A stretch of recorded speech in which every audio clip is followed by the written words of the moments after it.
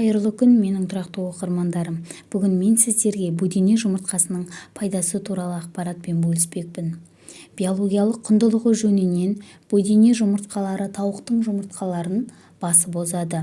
Будененің 5 жұмыртқасы тауықтың бір жұмыртқасының салмағымен тең болса, оның құрамындағы калий мен фосфор тауық жұмыртқасынан 5 есе көп.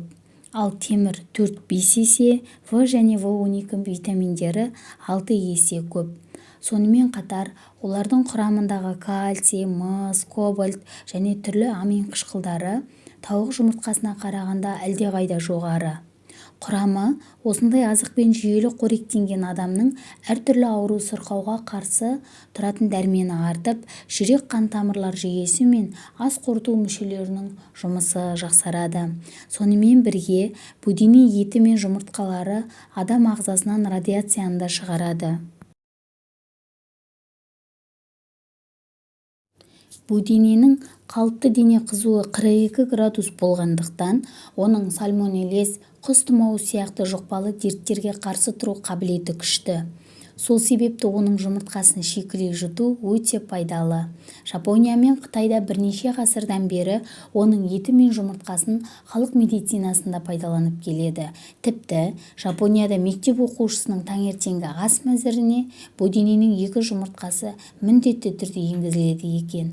Бұл балаларды бөртпе мен диатезден құтқарады және баланың ойлау қабілетін арттырады.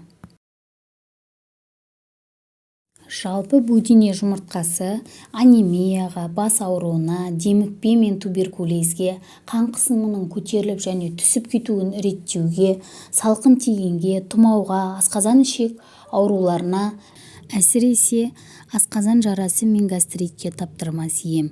Тіпті жапониялықтар будене жұмыртқасын тұрақты тұтынған науқас қатерлі ісіктің өзінен айығатындығын дәлелдеген. Будене қазаққа таңсық құс емес. Қазақтар ертегілерінде де жиі айтылады. Бірақ осы жұдырықтай құстың еті мен жұмыртқасында осыншама емдік дәрумен бар деп кім ойлаған? Еті холестеринсіз, жұмыртқасы дәрумендігі жағынан тауықтан 3 есе құнарлы, амин қышқылы микроэлементтерге бай.